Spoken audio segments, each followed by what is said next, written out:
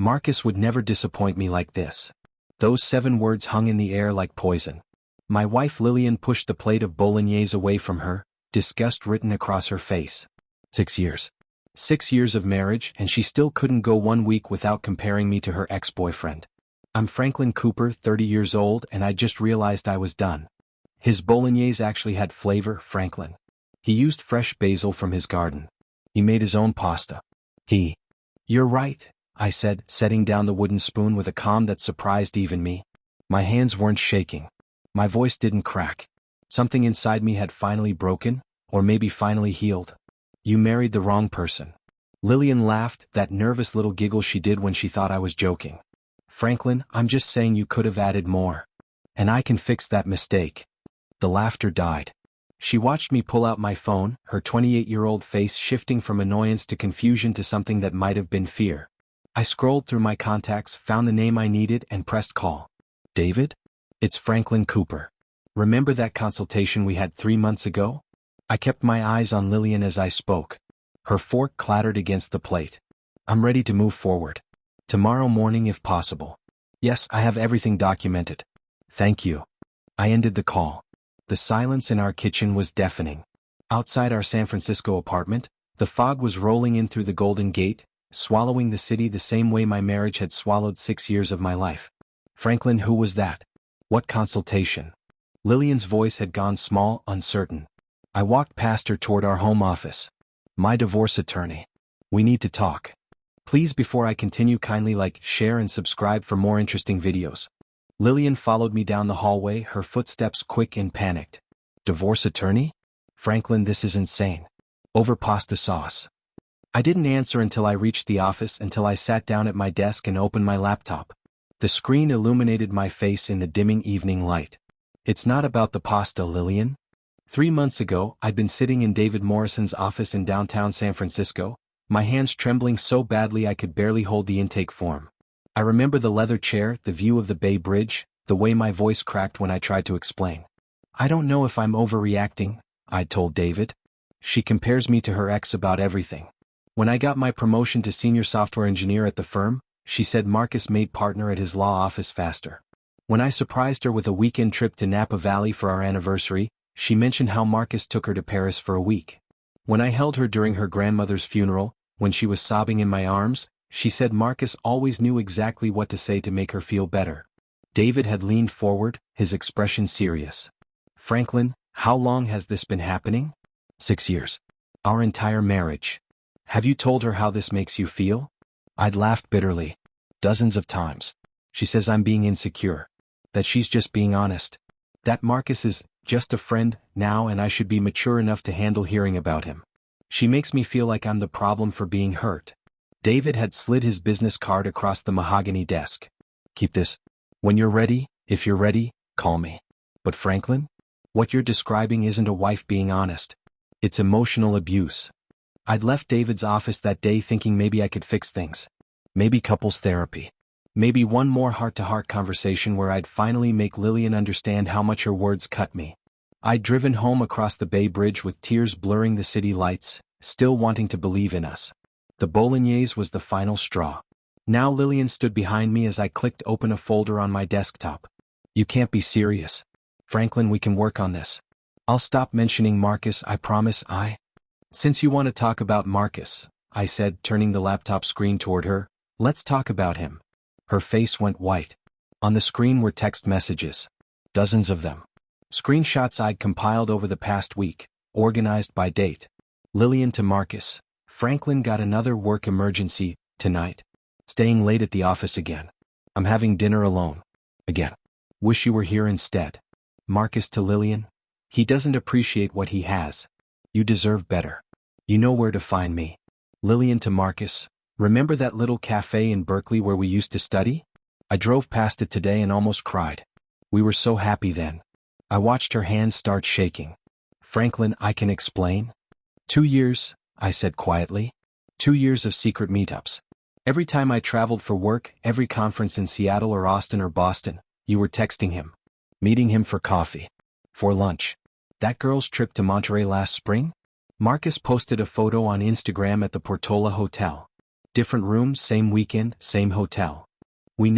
Nothing physical ever. I clicked to another folder. My voice stayed level, almost detached. And then there's what you told him about me. 1 week earlier, my work laptop had crashed during a software update. Lillian had been sweet, almost concerned. Use mine, honey. I've got nothing to hide. My password is on the sticky note in the drawer. Fatal mistake. She'd forgotten about automatic cloud backup. When I logged into my email to access work files, I noticed shared photo albums uploading in the background. Albums titled Memories and Better Days that I'd never seen before. Photos of Lillian and Marcus. Recent photos. From the past 2 years. Marcus at the ferry building. Lillian laughing at some cafe in Oakland I didn't recognize. A selfie with the caption, "Missed this smile," dated 3 months ago. Then I found the message thread. Synced from her old iPhone she thought she'd wiped clean before switching to her new one last year. I'd sat there in our living room, my hands numb, scrolling through 2 years of conversations that made me feel like I was drowning. Lillian, Franklin forgot our anniversary dinner reservations again. You never forgot important dates. The truth? I hadn't forgotten. I'd rescheduled because Lillian's mother had chest pains and was in the ER. Lillian had begged me to postpone so we could be there. But that's not what she told Marcus. Lillian, he's working late again. 70-hour weeks. You always made time for me even during finals. I was working late to afford the kitchen renovation she'd been dreaming about for a year. The marble countertops she showed me on Pinterest every weekend. Lillian, sometimes I wonder what our life would have been like if I'd said yes when you proposed. Marcus, it's not too late, Lil. I never stopped caring. But the message that broke something in me completely. Lillian, you get me. Franklin's a good provider, stable, reliable. But there's no spark anymore. No passion. Sometimes I feel like I'm just going through the motions. I'd printed everything that night. 300 pages. Documented every message, every photo, every lie. Then I'd called David. Now, sitting in our office with those messages on the screen, Lillian's tears started flowing. It wasn't physical. We never slept together. It was just talking, just emotional cheating, I finished for her. Just using him as your emotional husband while I got to be your provider. Your safety net. Your second choice. That's not fair. Fair? I felt something crack in my chest. You know what's not fair, Lillian? I spent 6 years trying to be enough for you. 6 years listening to how Marcus was better at cooking, better at romance, better at understanding you. 6 years feeling like a failure in my own marriage while you were telling him I was boring and passionless. My phone buzzed on the desk. Lillian's mother. Patricia was calling. Lillian's eyes went wide. You didn't. I didn't call her, I said. You did. About 20 minutes ago when you texted her saying I was having a mental breakdown over dinner. Lillian's face flushed red. She'd forgotten about that text. I'd seen it when her phone lit up on the counter. She'd left it there when she followed me. I answered the call on speaker. Hello, Patricia. Franklin James Cooper. What is this nonsense about divorce? My mother-in-law's voice filled the room, sharp and angry. Lillian called me in tears saying you've lost your mind over pasta sauce. I looked at Lillian, who was shaking her head frantically, mouthing, please don't. Patricia, with all respect, that's not what's happening. But this is between Lillian and me. Respect? My daughter is sobbing, and you want to talk about respect. I walked to the printer in the corner, pulled out the document stack I'd prepared. 2 inches thick. Every Marcus comparison from 6 years, documented with dates, screenshots, and context. Is that what Lillian told you? That it's about pasta? 20 minutes later, Patricia was sitting on our couch in Marin County. I'd driven there immediately, documents in hand. Lillian had tried to follow but I'd told her to stay home. This conversation needed to happen without her spin. Patricia took the timeline from my hands, her reading glasses perched on her nose.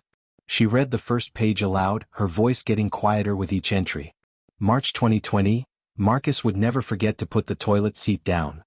She flipped the page. July 2021, Marcus had a six-pack at our age. When are you joining a gym? Another page. December 2023, Marcus's Christmas gifts were always more thoughtful. He knew I loved vintage books. She kept reading. Page after page. 154 documented instances over 6 years. Her hand started shaking around page 30. Franklin, I didn't know it was this bad. Because Lillian's been controlling the narrative, I said quietly. She told you I'm having a breakdown. By tomorrow she'll have told your entire bridge club that I'm abandoning her without warning. She's painting herself as the victim. Patricia set the papers down, removed her glasses, and pressed her fingers to her temples. Last Thanksgiving, Lillian mentioned she'd had lunch with Marcus. I told her it was inappropriate for a married woman to be meeting her ex-boyfriend. She said you knew. She said you were fine with it because you were secure in your relationship. My jaw clenched so hard it hurt. I knew nothing about any of it. Patricia stood up, pulled out her phone, and started typing furiously. I'm calling Robert. He's at his law office finishing paperwork. This ends tonight, Franklin. My daughter. Her voice broke. My daughter has become someone I don't recognize. My phone rang. Unknown number. I almost didn't answer, but something made me step outside onto Patricia's porch. Hello? Franklin? This is Marcus Chin. Please don't hang up. I gripped the porch railing, San Francisco's lights glittering across the bay. I'm listening. Marcus spoke quickly, nervously. My girlfriend, ex-girlfriend now, found the messages with Lillian last night. She confronted me and I realized I need to come clean to you. I need you to know the truth. About the affair? There was no affair. Not physical. But I need you to understand, Lillian's been using me. Using both of us, actually. I said nothing. Let him continue. 2 years ago, Lillian reached out on Instagram saying she wanted closure from our college breakup. We met for coffee in Berkeley. I thought once. But she kept texting. She'd complain about you constantly, your job, your cooking, how you didn't understand her like I did. At first, I'll admit my ego liked it. Felt good to hear my ex missed me. At first. Then I realized she was playing a game. She'd text me after every fight with you to make herself feel wanted. She'd compare you to me when things were good to make you try harder. And she'd compare you to me when things were bad to justify keeping me around. I was backup validation. You were the stable provider she didn't want to lose. I felt sick. When did you figure this out? About 6 months ago. I told her we needed to stop. That I was serious with someone and this wasn't fair to anyone. She cried. Told me she might leave you. Asked if we still had a chance. What did you say? I said no. I said I loved someone else and honestly, even if I didn't, the Lillian I knew in college doesn't exist anymore. The manipulation, the constant need for validation, it's ugly, man. I told her to either commit to her marriage or end it honestly. She showed up at my apartment 3 weeks ago, Marcus continued, his voice tight. Unannounced. Said she needed to see me. Needed to know if what we had was real. I didn't let her in, Marcus said. But my girlfriend saw her leaving the building. That's what ended my relationship. And now Lillian's telling people you're controlling, that you're having a breakdown, that she's the victim. I have our entire message history. 2 years of her using me as emotional ammunition against you. I'll testify in your divorce if you need me to. I thanked him, ended the call, and stood there breathing in the cold marine air. Inside, I could hear Patricia on the phone with her husband Robert, her voice shaking with anger and disappointment. The next morning, I was at my tech firm in San Francisco's financial district. I'd been in a meeting with my development team about our new software rollout when reception called. Franklin, there's a situation in the lobby. I found Lillian in the reception area, mascara streaked down her face, speaking loudly to our front desk receptionist. 50 employees in the open concept workspace were watching. I need to see my husband. He's having a mental health crisis and won't answer my calls. Someone needs to help him. My boss Margaret emerged from the elevator, concern on her face. I felt my career flashing before my eyes. I walked up calmly, my voice low. Lillian. Leave. Now. No. Not until you come home and stop this insanity. You're scaring me. I turned to Margaret. Can we use the small conference room? 2 minutes. Once inside with the door closed, my calm evaporated. You just tried to destroy my professional reputation. This is my workplace, Lillian. You don't get to weaponize my mental health as an excuse for your behavior. Her desperation shifted to anger. Your career? I gave up my career for your transfers. I moved to San Francisco for your job. I sacrificed everything. I pulled out my phone, showed her an email from 2019. The email on my screen was from her own account. From Lillian Cooper to Franklin Cooper. Subject, transfer to SF. I'm actually relieved about the San Francisco offer. My marketing position here in Denver was going nowhere anyway. My boss hated me. SF has way better opportunities in my field. Plus, being closer to the Bay Area. Well, Marcus just moved to Oakland for his law firm. Not that it matters, but it'll be nice to have old friends nearby. Let's do it. You wanted to move here, I said, my voice deadly quiet. You wanted to be near Marcus. I took the transfer because you pushed for it, saying it was our dream. And I felt guilty about your sacrifice for 5 years. Lillian's face crumbled. Her mouth opened and closed. No words came out. Leave my workplace, I said. If you ever show up here again, I'll have security remove you and file a restraining order. I opened the conference room door. Margaret was waiting outside with 2 security guards. Lillian looked at me one more time, mascara running, before security escorted her out. Margaret pulled me aside. Franklin, are you okay? Do you need to take the day? I'm getting divorced, I said simply. I'm sorry you had to see that. She squeezed my shoulder. Take care of yourself. And Franklin? HR has cameras in the lobby. We have everything recorded if you need it for legal proceedings. That evening, I got an alert from our bank. Someone had requested information about refinancing our home, the house we'd co-owned for 3 years in the Sunset District. I called the bank immediately, my heart pounding. Mr. Cooper, yes, your wife called this morning inquiring about refinancing to access equity. She mentioned you discussed taking out $200,000 for home renovations. We discussed no such thing. The loan officer paused. She seemed quite knowledgeable about your finances. She knew your income, your savings balance, even your mother's maiden name. My stomach dropped. What did you tell her? That both owners must sign. But Mr. Cooper, she asked specifically about what would happen to the equity in a divorce scenario. I advised her to speak with an attorney. I hung up and immediately called David. She's trying to hide assets. Classic move, David said. She's worried about the asset division and wants to extract equity before it's accounted for in the divorce. We need to file an emergency motion. Tonight. I pulled my financial records, spreading them across my new apartment's kitchen table. Over the past 6 years, the numbers told a story I'd been too in love to see. I'd covered 80% of our mortgage while Lillian's income went to personal expenses and savings. I'd paid $30,000 for her mother's emergency surgery when Patricia's insurance denied the claim.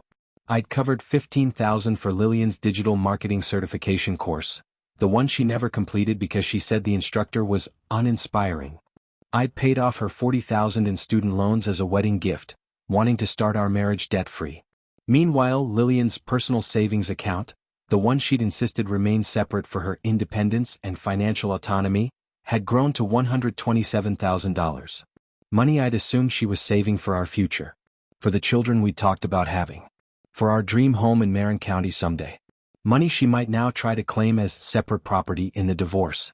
File the emergency motion, I told David. Freeze all accounts. I want every dollar documented. My phone buzzed as I hung up. A text from Lillian's father, Robert. We need to talk. Tonight. My house. Patricia told me everything. Lillian is no longer welcome here until she gets help. I drove back to Marin County for the second time in 2 days, this time to face the man who'd walked Lillian down the aisle 6 years ago while I stood at the altar thinking I was the luckiest man alive. Robert answered the door of their Marin home, a retired federal judge, stern but fair. I'd always respected him. Franklin. Come in. We sat in the living room where I'd spent countless Thanksgivings and Christmases. Robert pulled out reading glasses and the evidence packet I'd given Patricia. I've reviewed everything, he said. 154 documented comparisons. 2 years of secret contact with her ex-boyfriend. Messages proving emotional manipulation. And now attempted financial fraud with the refinancing. Patricia brought coffee, her eyes red and swollen. Franklin, I owe you an apology. I enabled her. Every time you looked uncomfortable at family dinners when she mentioned Marcus, I told myself it was harmless. I was so wrong. Robert leaned forward. I practiced family law for 30 years before taking the bench. What Lillian has done, the gaslighting, the emotional abuse, the financial maneuvering, I've seen it destroy good people. You're doing the right thing divorcing her. The front door opened. We all turned. Lillian walked in with her key, clearly not expecting me. Dad, I need to stay here for a few days while Franklin calms. She froze. Robert stood. Lillian, give me your key. What? Your house key. You're not staying here. Dad. Her voice broke into a sob. You've lied to your mother. You've lied to your husband. You've manipulated our entire family with a false narrative about Franklin's mental health. I spoke to Judge Morrison. Yes, Franklin David was my former law clerk, and I've seen all the evidence. You've emotionally abused this man for 6 years. Lillian turned to her mother, desperate. Mom, please. Patricia looked away, tears streaming down her face. I can't enable you anymore, sweetheart. You need professional help. Real help. Until you get it, you can't stay here. Through the window, headlights appeared in the driveway. A Honda Civic I recognized from Instagram photos. Marcus had arrived. Marcus didn't get out of his car. Instead, my phone buzzed with a text. She called me crying. Said she's at her parents' and needs me. I came to make something clear to everyone. Can I come in? I showed Robert. He nodded. Marcus entered, his discomfort palpable. He nodded at me, carefully avoided Lillian's red-rimmed eyes. I'm here to say this once, in front of witnesses, Marcus began. Lillian, what we had ended 8 years ago in college. I loved who you were then, ambitious, honest, kind. But the person you've become? The manipulation, the lies, the way you've treated Franklin? I don't even recognize her. Lillian reached for him. Marcus, please, I made a mistake, we can... No. He stepped back like she was radioactive. My girlfriend left me because of you. Because I was too weak to cut contact when I should have. I lost someone real, someone honest, because I let you use me as a weapon against your husband. He turned to me. I forwarded you everything. Every message where she complained about you. Every time she tried to rekindle something. Every lie she told about her marriage. Use it however you need in the divorce. Then back to Lillian, get therapy. Figure out why you sabotage everything good in your life. Why you need constant validation from multiple men. But don't call me. Don't text me. We're done. We've been done. And honestly, his voice turned cold. Even if Franklin weren't in the picture, even if I were single, I wouldn't want you. Not like this. Not the person you've become. Marcus left. Lillian collapsed into a chair, her whole body shaking as reality finally crashed down on her. Her husband was leaving. Her parents had disowned her. Her ex had rejected her. Her friends were starting to hear the truth. I stood, my coffee untouched. David will contact you about the proceedings. Don't come to my workplace. Don't come to the house. And Lillian? Get help. Not for me. For yourself. 6 months later, I sat in David's office reviewing the divorce settlement. Rain streaked down the windows, San Francisco gray and cold outside. She signed everything this morning, David said, sliding the papers across his desk. 50-50 assets split minus the $40,000 in student loan repayment you're entitled to. She keeps her savings, you keep your 401k. The house sells next month, you split the equity.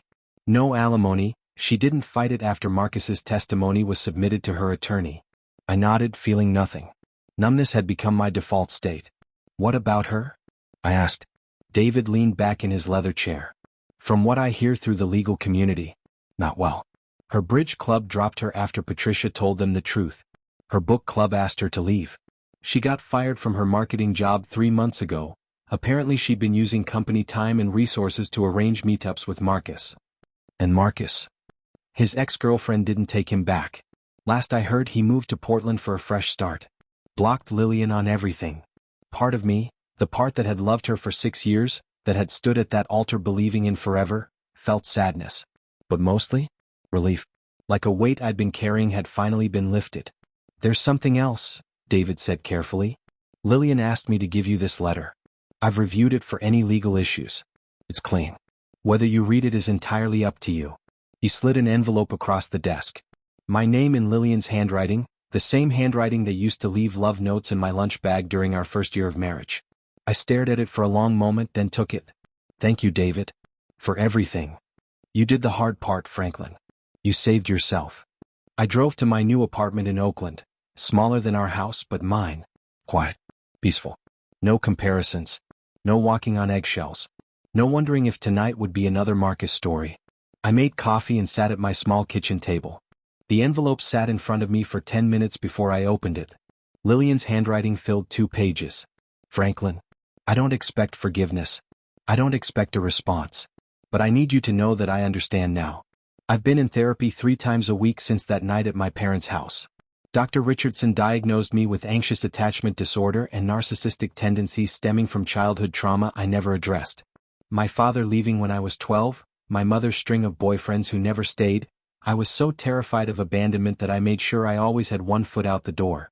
None of this excuses what I did. But it explains it. I spent 6 years comparing you to Marcus because I was terrified. Terrified that if I fully loved you, you'd leave like everyone else. Terrified that if I was completely happy, something would destroy it. So I kept Marcus as an emotional escape hatch. Kept you at arm's length by making you feel like you'd never be enough. The cruelest part? You were enough. You were more than enough. You were patient, loving, supportive, everything Marcus never actually was. That's why I couldn't stop comparing. Because if I admitted you were better, I'd have to confront my own self-sabotage. You deserved a wife who celebrated you. Instead you got someone who weaponized her fears against you every single day. I'm moving to Arizona next month to live near my Aunt Carol. Starting over. Actually doing the real work this time. I hope you find someone who appreciates you the way I never could. Who makes you feel cherished instead of inadequate. Who cooks terrible bolognese with you and laughs instead of criticizes. You saved yourself, Franklin. I'm sorry it took losing you for me to even try to save myself. Lillian. I folded the letter carefully. Walked to my bedroom and placed it in the bottom drawer of my nightstand. Not trash, that would mean I still cared too much. Not a keepsake, that would mean I hadn't moved on. My phone buzzed. A text from Dr. Chin, my therapist. See you Thursday at 3? We're working on your pattern of overgiving in relationships. Really proud of your progress, Franklin. I typed back, Thursday at 3. Thank you. I walked to my kitchen, small but bright with afternoon sun breaking through Oakland's fog. I pulled out ingredients from the cabinet. Pasta. Canned tomatoes. Fresh garlic. Basil from the small plant on my windowsill. I made bolognese. My own recipe this time. I added wine because I liked wine and sauce. I used sweet Italian sausage because that's what my mother used when I was growing up. I added a pinch of cinnamon, something I'd learned from a YouTube cooking channel. No comparisons. No ghost of Marcus haunting my kitchen. No walking on eggshells wondering if this dish would spark another fight. I plated it at my small IKEA table, the one I'd bought myself last month. Took a bite. Was good. Maybe even great. Rich and savory with just enough sweetness. For the first time in 6 years I was enough. The pasta was enough. My apartment was enough. My life was enough. I finished dinner in peaceful silence, then washed my single plate and single fork. Outside my window, Oakland's lights were starting to glow against the twilight. I had therapy Thursday. A hiking trip planned with coworkers this weekend. A life that was mine built on my own terms. I'd spent 6 years trying to be someone else's version of perfect. Now I was learning to be my own version of whole. And that, finally, mercifully, felt like coming home.